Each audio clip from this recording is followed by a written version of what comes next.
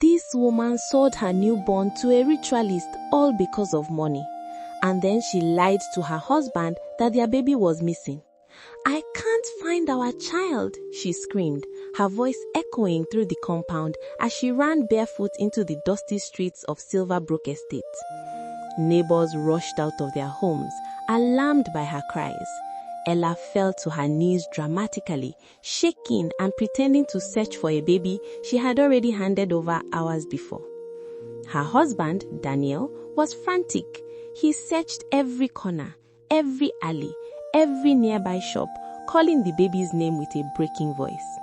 The entire neighborhood sympathized with Ella. Some women held her, wiping her fake tears. Others promised to organize a search party. No one suspected that the tragedy began with her greed. 3 days later, under the cover of evening, Ella stepped into a black SUV parked behind an abandoned warehouse on the outskirts of town.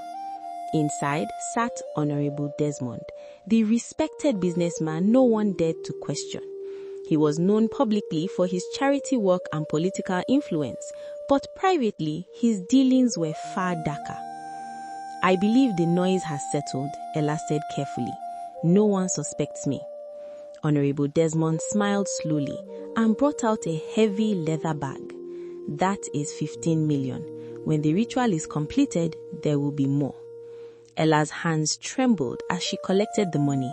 It was the largest amount she had ever touched in her life. Her heart pounded, not with guilt, but with excitement. From that day, things changed. While Daniel mourned the loss of his child, Ella began appearing in expensive boutiques. She bought designer handbags, gold jewelry, and lavish fabrics. The same neighbors who had comforted her now whispered behind her back, "How could a grieving mother suddenly afford such luxury?"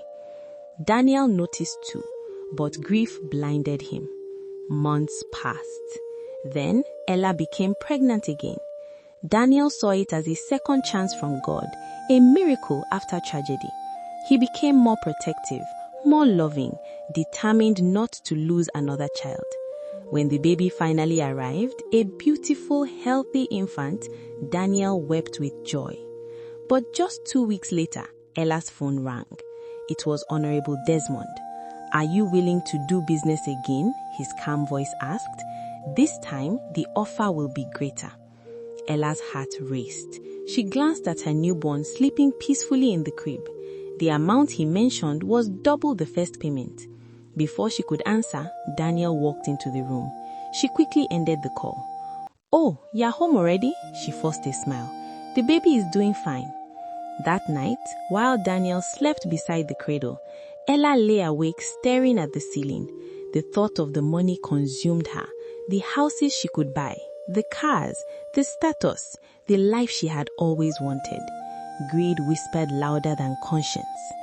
Slowly, she picked up her phone, walked quietly to a hidden corner of the house and dialed the number.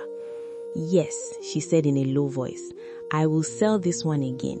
When do you want me to bring the baby?" To be continued.